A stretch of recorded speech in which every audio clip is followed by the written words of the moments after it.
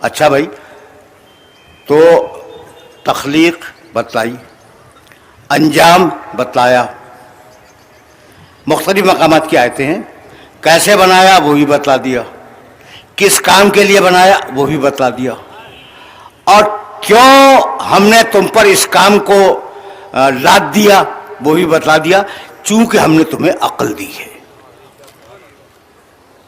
بس میرے دوستو، اب میرے جملے کو یاد رکھنا، جہاں عقل ہوگی وہاں شعور ہوگا، اور جہاں شعور ہوگا وہاں عدل ہوگا۔ یہ جملہ میرا یاد رکھنا، لیکن یہ جملے تمہیں بہت بعد میں کام آئیں گے۔ ہاں، جہاں عقل ہوگی وہاں شعور ہوگا، اور جہاں شعور ہوگا وہاں عدل ہوگا۔ یہی سبب ہے کہ پروردگار نے جب انبیاء کی بعثت کا تذکرہ کیا، لقد بعثنا فی کل امۃ رسولا ان اعبدوا اللہ واجتنبوا الطاغوت فمنهم من هدى الله ومنهم من حقت عليه الضلالة فسیروا فی الارض فانظروا کیف کان عاقبۃ المکذبین۔ ہم نے کوئی گروہ نہیں چھوڑا جس میں رسول نہ بھیجے ہوں، ہر گروہ میں رسول آئے۔ لقد ارسلنا رسلنا بالبینات وانزلنا معهم الکتاب والمیزان۔ اب پالیسی کا اعلان کر رہا ہے، ہم نے معجزے دیے رسولوں کو، دلیلیں دیں، کتاب دی، ہم نے انہیں ایک ترازو بھی دے دی۔ کس کو دی؟ رسولوں کو۔ تو ہر رسول ترازو لے کے آیا تھا، قرآن میں لکھا ہے۔ اب وہ ترازویں گم ہو گئیں یا کیا ہوا کچھ نہیں معلوم۔ تو کبھی اگر موقع ہوا تو اس ترازو کے متعلق بھی کچھ آپ کی خدمت میں عرض کروں گا۔ ٹھیک، ہم نے نبی بھیجے، کتاب و میزان کے ساتھ ان کو بھیجا۔ کیوں بھیجا؟ لِیَقُومَ النَّاسُ بِالْقِسْطِ، تاکہ لوگ عدل پر قائم ہو جائیں۔ اب گفتگو کو معین فرما لیں، بہترین بنایا، ہر چیز بہترین، ضرورتیں بہترین طریقے سے پوری کی، مقصد کیا ہے؟ عدل پہ قائم ہو جاؤ۔ یہاں تک تو میرے ساتھ آ گئے نا بھائی، بہت توجہ رکھنا، اس لیے کہ فکر یہاں سے آگے بڑھ رہی ہے اور گفتگو مسلسل ہے، اور تھوڑا سا مجھے آگے جانا ہے، تھوڑا سا، زیادہ نہیں، گفتگو مسلسل ہے۔ تو انبیاء اس لیے بھیجے کہ تم عدل پر قائم ہو جاؤ۔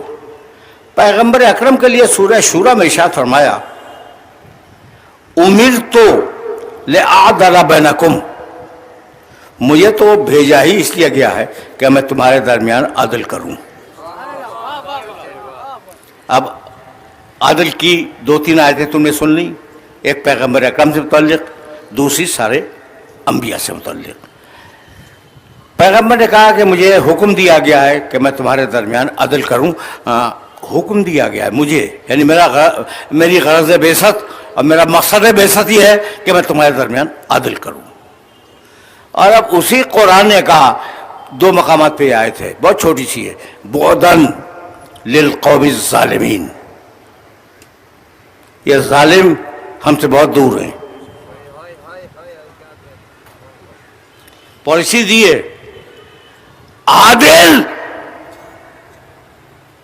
جو عدل کرے وہ انبیاء کی سیرت پہ عمل کرے، اور بعداً للقوم الظالمین، ظالم اس سے بہت دور ہے۔ اچھا بھائی، جب ظالم دور ہے تو عادل قریب ہوگا نا، خود ہی جوڑتے جاؤ۔ اب مجھے یہ جملے کہنے کی ضرورت نہیں ہے کہ جب ظالم کو اللہ نے کہا کہ دور چلا جا، ہٹ جا میری نگاہوں کے سامنے سے، تو جب ظالم ہٹے گا تو عادل قریب آئے گا نا۔ تو جتنا ظالم دور اتنا عادل قریب، اور جو عدالت کی آخری منزل پہ آ جائے وہ معصوم۔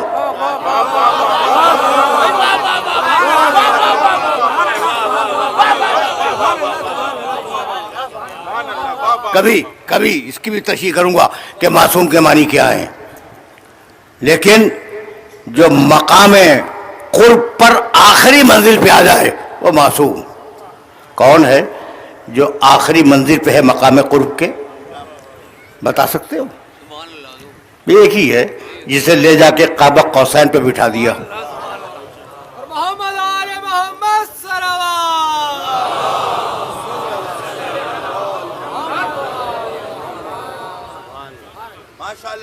میری مجبوری یہ ہے کہ میں ایجنڈا بنا کے تو نہیں بولتا, اور بعض مراحل ایسے ہوتے ہیں کہ ان میں سوچنا پڑتا ہے کہ کیا بیان کیا جائے اور کیا نہ بیان کیا جائے. کہاں بٹھایا بھائی؟ قاب قوسین کے اوپر. قاب قوسین کائنات کی سب سے بلند جگہ. یہ ذہن میں رہے آپ کے. بہت میں نے آسان ترجمہ کر دیا. قاب قوسین جو کائنات کی سب سے بلند جگہ ہو اس کا نام ہے قاب قوسین. دیکھیے میں اس توجہ رکھنا, میں اس ممبر پہ بیٹھا ہوا ہوں, میرے سامنے جو لوگ ہیں نظر آ رہے ہیں, دیوار کے پیچھے کیا ہے مجھے نہیں معلوم. ٹھیک, اچھا ادھر والے میری طرف دیکھ رہے ہیں, ان کے پیچھے کیا ہے انہیں نہیں معلوم. سمجھ رہے ہو نا؟ لیکن اگر کوئی شامیانے کی چھت پہ جا کے بیٹھ جائے تو ادھر بھی دیکھے گا ادھر بھی دیکھے گا.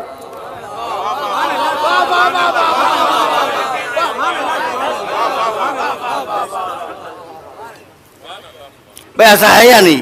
اس سے زیادہ آسان تو میں مثال پیش کر بھی نہیں سکتا تھا کہ شامیانے کی چھت پہ اگر کوئی چلا جائے تو دائیں بھی دیکھے گا, بائیں بھی دیکھے گا, پیچھے بھی دیکھے گا, آگے بھی دیکھے گا, ہر طرف اس کی نگاہ ہوگی. اسے کائنات کا سب سے بلند نگاہ مقام پہ لا کے بٹھا دیا تو اب وہ ایک طرف ماضی کو دیکھ رہا ہے, دوسری طرف مستقبل کو دیکھ رہا ہے. اسی کا نام ہے عالم الغیب.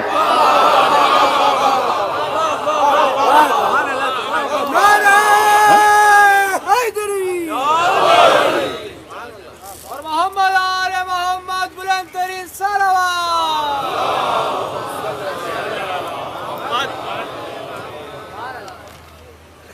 بھائی بہت توجہ رکھنا, اس لیے کہ بہت دیر میں آیا ہوں اپنے رسول تک, بہت دیر میں آیا ہوں, اور اب اتنا وقت نہیں ہے کہ میں تفصیلی طور پر اس موضوع کو آگے بڑھا سکوں. تو اب وہ بیٹھا ہوا ہے قاب قوسین پر, پورا ماضی اس کے نگاہوں کے سامنے, پورا مستقبل اس کے نگاہوں کے سامنے. ایک لفظ کہنا چاہ رہا ہوں, اور وہ لفظ اگر پہنچ گیا تو میری آج کی محنت سوارت ہے. میرا محمد رسول اللہ کہاں بیٹھا ہے بھائی؟ قاب قوسین پر. ایک طرف پورا ماضی دیکھ رہا ہے, ایک طرف پورا مستقبل دیکھ رہا ہے. بھائی اسی کو تو حاضر ناظر کہتے ہیں.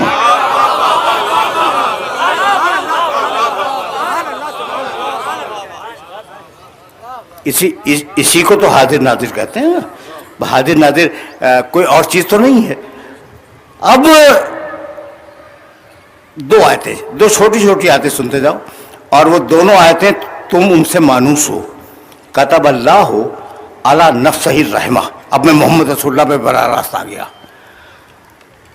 کتب اللہ, اللہ نے فیصلہ کر لیا ہے کہ جتنی رحمتوں کے خزانے ہیں وہ میرے پاس رہیں گے. کہاں رہیں گے بھائی؟ اللہ کے پاس. تو رحمتوں کے خزانے کہاں ہیں؟ اللہ کے پاس. یہ ایک آیت ہو گئی, یہ ایک آیت ہو گئی. اور اب دوسری آیت جس سے بہت زیادہ قریب ہو وہ پڑھ دوں. وما ارسلناک,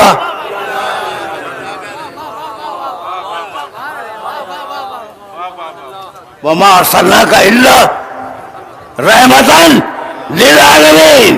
خزانے اس کے پاس, عالمین کے لیے رحمت بنایا اسے, تو اب اس کا خزانہ اس کے ذریعے ملے گا.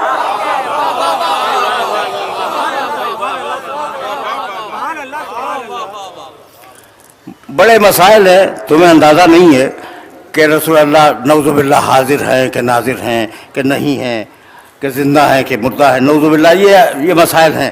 تو حاضر ناظر کا مسئلہ آسان نہیں ہے, بہت مشکل ہے. کوئی نہیں مانتا. اچھے خوش عقیدہ لوگوں کے علاوہ دنیا کے بہت سے لوگ, بہت سے مسلمان حاضر ناظر نہیں مانتے. اچھا حاضر ناظر نہیں مانتے تو اتنا تو مانتے ہو نا کہ اللہ کی رحمت جو تقسیم ہو رہی ہے,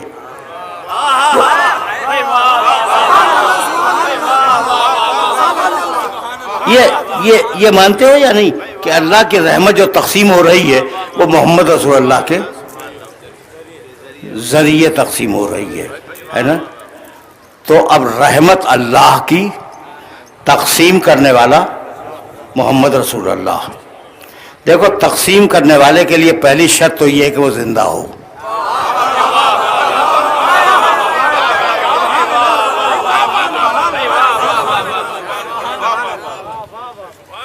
اب اس میں نہ کوئی منطق ہے، نہ کوئی فلسفہ ہے، نہ قرآن مجید کی آیت ہے. بس تقسیم ہو رہی ہے رحمت اللہ کی محمد رسول اللہ کے ذریعے. پہلی شرط تو تقسیم کرنے والے کے لیے یہ ہے کہ وہ زندہ ہو. دوسری شرط یہ ہے کہ چیز اس کے کنٹرول میں ہو. تیسری شرط یہ ہے کہ وہ دینے والے کے قریب ہو. لینے والے کے، دینے والے کے نہیں، لینے والے کے قریب ہو. ٹھیک ہے نا. اور چوتھی شرط یہ کہ اسے معلوم ہو کہ کس کو کتنا دینا ہے.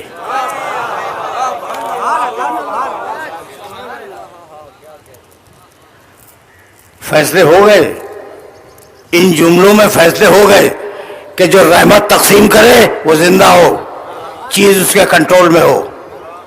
ٹھیک، کس کو کتنی دینی ہے یہ بھی معلوم ہو، کس کی کیا حاجت ہے یہ بھی معلوم ہو، وہ قریب ہو لینے والے سے.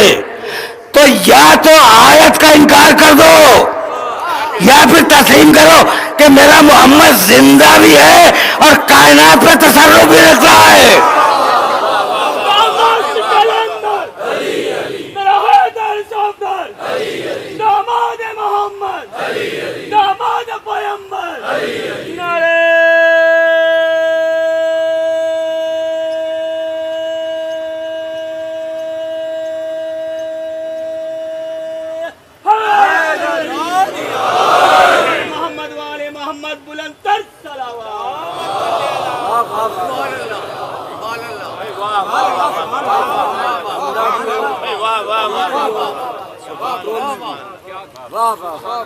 اسی کو دیکھو، اب وقت نہیں ہے. اگر وقت ہوتا تو میں تفصیلات میں جاتا، ممکن ہے اگر یاد رہ گیا تو کل دیکھوں گا.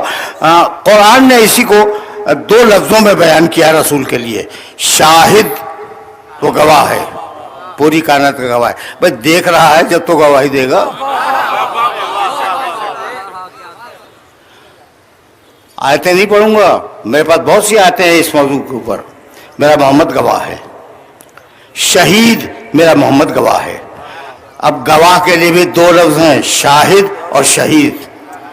جو آنکھ سے دیکھے وہ شاہد، جو دل کی آنکھ سے دیکھے وہ شہید.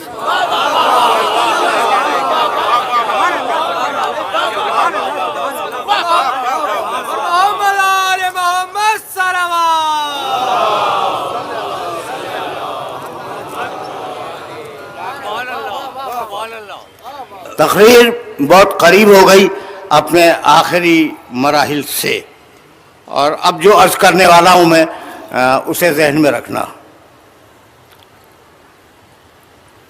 ذہن میں رکھنا، ریکویسٹ ہے میری. کیا لفظ میں نے بتایا؟ شاہد اور شہید.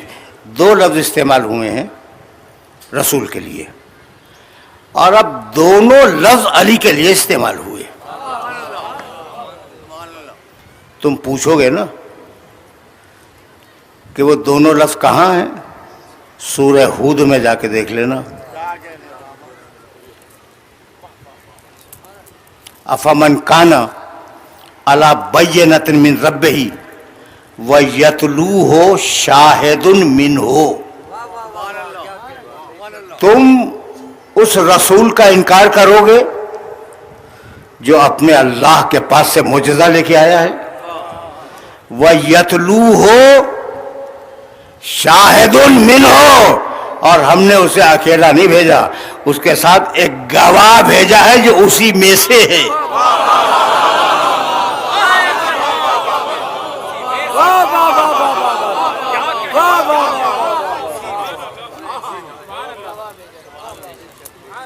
یتلوہ شاہد منہ.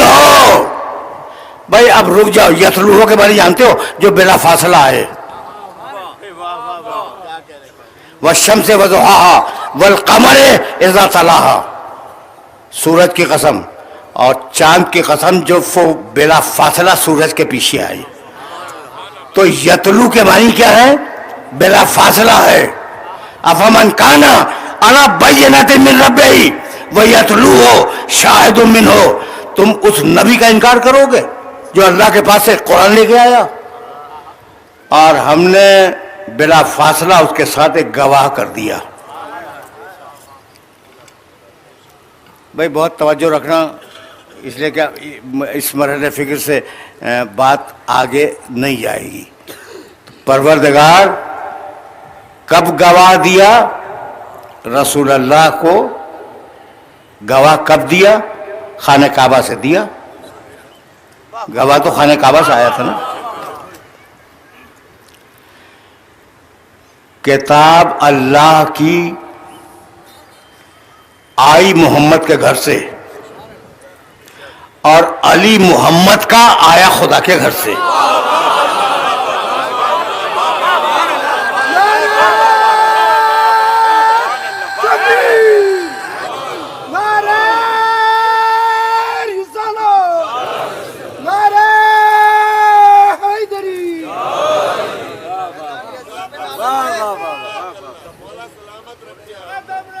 ہے یہی حقیقت، یہی ہے.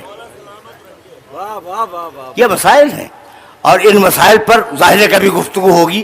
اور اب مجھے کنفیوژن ہے کہ اب وقت نہیں رہا، لیکن اب دو جملے تو میں کہوں گا، میں کہے بغیر رہ نہیں سکتا. من ہو سمجھ گئے؟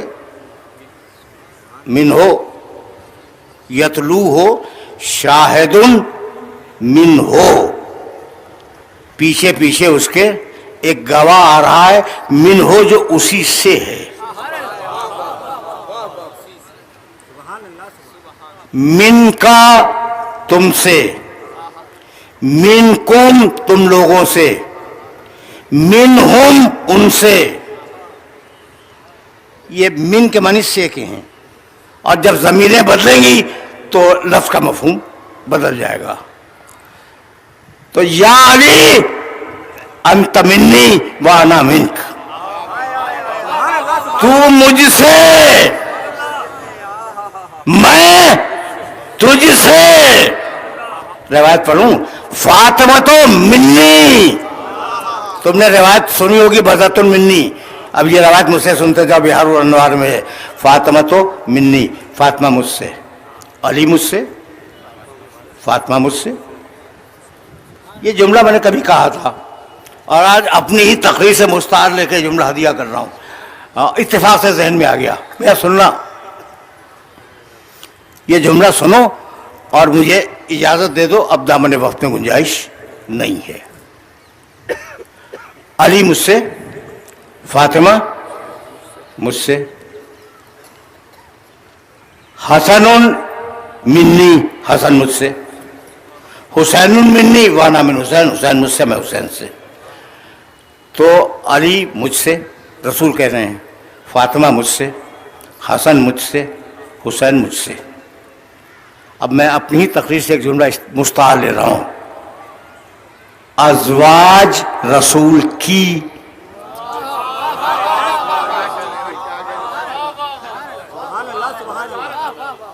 ازواج رسول کی، ساتھی رسول کے، اصحاب رسول کے.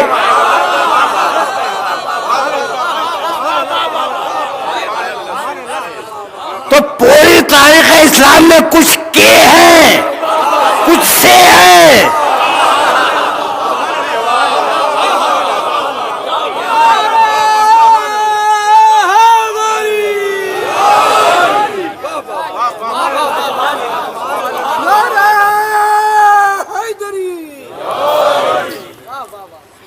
میری تقریر تمام ہو گئی اور وہ لوگ جو مخصوص سماعت کا ذوق رکھتے ہیں انہیں ایک جملہ ہدیہ کر رہا ہوں. جب سورہ براءت کو کے سے دیا اور سے کو دیا،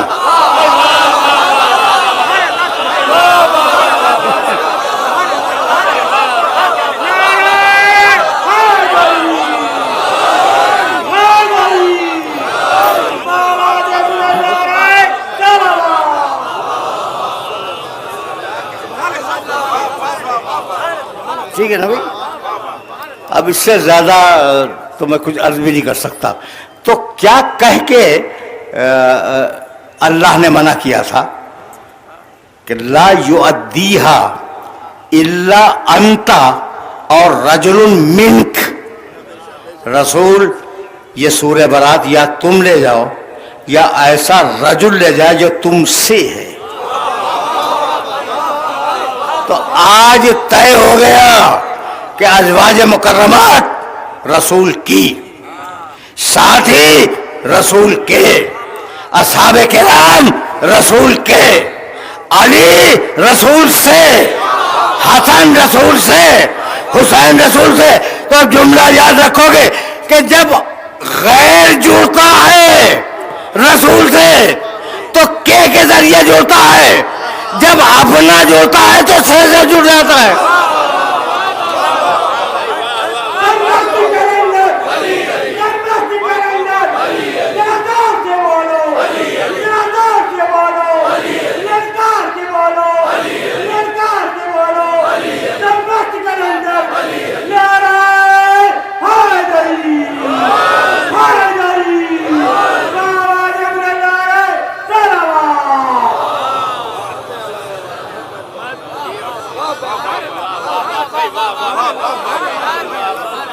امت رسول کی. اب تو میرے پاس مصائب پڑھنے کے لیے بھی گنجائش نہیں رہی. امت رسول کی. کربلا کی جنگ کے اور سے کی جنگ ہے. ایک طرف وہ ہے جو رسول سے ہے، دوسری طرف رسول کی امت ہے. دیکھو بھائی، یہ جو کربلا ہے نا، یہ ایک معیار ہے کہ عقل کدھر ہے، بے عقلی کدھر ہے، فجور کدھر ہے، تقوی کدھر ہے. یہ ایک معیار ہے. جب عاشور کی صبح طالع ہوئی، دو جملے سن لو، گنجائش نہیں ہے وقت میں ورنہ میں تفصیل بیان کرتا. جب عاشور کی صبح طالع ہوئی تو مجھے مقتل کی کتابوں میں 2 گواہیاں ملی، اور وہ دونوں گواہیاں تمہیں ہدیہ کر رہا ہوں. صبح ہو گئی، پیسر سعد نے پہلا تیر اپنی کمان میں جوڑا، اور جوڑنے کے بعد کہنے لگا کہ لشکر والوں گواہ رہنا کہ حسین کے خیموں کی طرف پہلا تیر میں پھینک رہا ہوں تاکہ مجھے انعام ملے. سن لیا تم نے؟ اس نے لشکر کو گواہ بنایا دنیا کے لیے. کل کی بات پھر آ گئی نا، ادھار اور نقد. لشکر والوں گواہ رہنا کہ پہلا تیر خیام حسینی کی طرف میں پھینک رہا ہوں تاکہ مجھے یزید کے دربار سے انعام ملے. اور اسی کربلا کے میدان میں ایک گواہی اور ہے. جب حسین ابن علی نے اکبر کو بھیجا ہے تو اپنی ریش مطہر اپنے ہاتھوں میں رکھی اور کہنے لگے اللہم اشہد علی ہؤلاء القوم، پروردگار تو گواہ رہنا.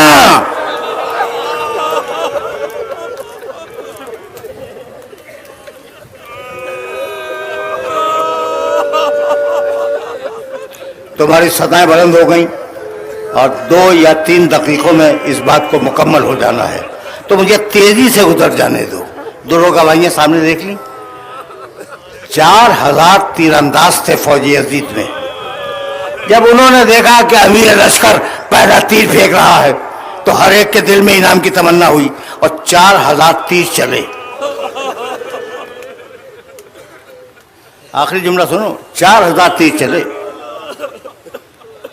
جب 4000 تیر چلے تو حسین کے ایک صحابی نے دوسرے صحابی کو پکارا اور کہا وقت آ گیا مدد کا.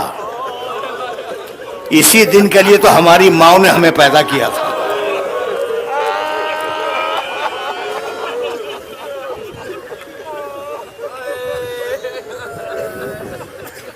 کہا کیا کریں؟ 4000 تیر انداز. اور حسین کے لشکر میں 72 سینے بھی نہیں تھے جو ان تیروں کو روک سکتے. تم میرے جملے سے حیران ہو گئے؟ یہ میں نے جان بوجھ کے کہا اس لیے کہ 72 سینوں میں وہ سینہ بھی تھا جو علی اصغر کا سینہ تھا.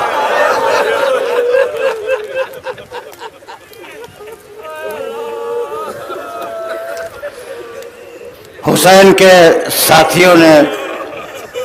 ساتھیوں نے مشورہ کیا اور یہ طے کیا کہ جن کے پاس گھوڑے ہیں وہ گھوڑوں پر کھڑے ہو جائے اور پرے جما لیں تاکہ کوئی تیر حسین تک نہ پہنچنے پائے، کوئی تیر حسین تک نہ جانے پائے. گھوڑے جما کے کھڑے ہو گئے. بیچ میں جگہ تھی نا، اس خلا سے تیر جا سکتا تھا. تو وہ جو پیادہ سوار تھے حسین کے وہ اکڑوں بیٹھ گئے. بس آخری جملہ سنو، اب طویل مسائل کا وقت نہیں ہے. آخری جملہ سنو، اکڑوں بیٹھ گئے. جب تیر چلانے والے تیر پھینک پھینک کر عاجز آ گئے تو جنگ بندی ہوئی، رک گئی فوج. یزید کی فوج رک گئی اور حسین اٹھے، اپنے ساتھیوں سے کہنے لگے کہ چلو چل کے دیکھیں کہ کون ساتھی زندہ ہے کون ساتھی زندہ نہیں ہے. بس یہ میری تقریر کا آخری جملہ سنو اور مجھے اجازت دے دو. حسین دیکھتے ہوئے جا رہے تھے کہ ایک مرتبہ کسی بیوی کی سسکیوں کی آواز آئی. کوئی بیوی رو رہی تھی. حسین نے کسی سے پوچھا یہ بیوی کون ہے؟ کہا یہ مسلم ابن اوسدہ کی کنیز ہے، 86 برس کا شیر. یہ مسلم پہ رو رہی ہے. کیا میرا مسلم مر گیا؟ کہا نہیں فرزند رسول، ابھی مسلم میں جان ہے. آخری جملہ سنو، ابھی مسلم میں جان ہے. آئے اور آنے کے بعد مسلم کا سر اپنے زانوں پہ رکھ لیا. کہا مسلم کیسے ہو؟ مسلم نے جواب نہیں دیا. کہا فرزند رسول حق ادا ہوا یا نہیں؟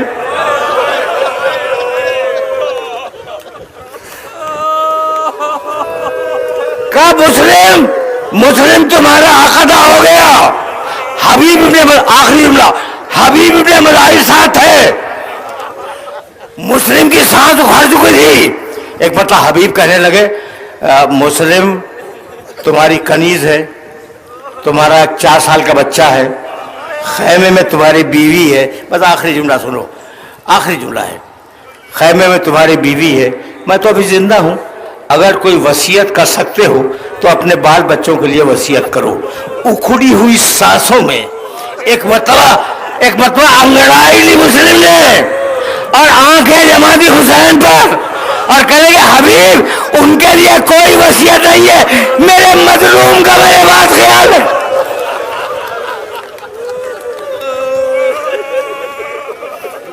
وَسَيَعْلَمُ الَّذِينَ ظَلَمُوا أَيَّ مُنْقَلَبٍ يَنْقَلِبُونَ رَبَّنَا تَقَبَّلْ مِنَّا إِنَّكَ أَنْتَ السَّمِيعُ الْعَلِيمُ.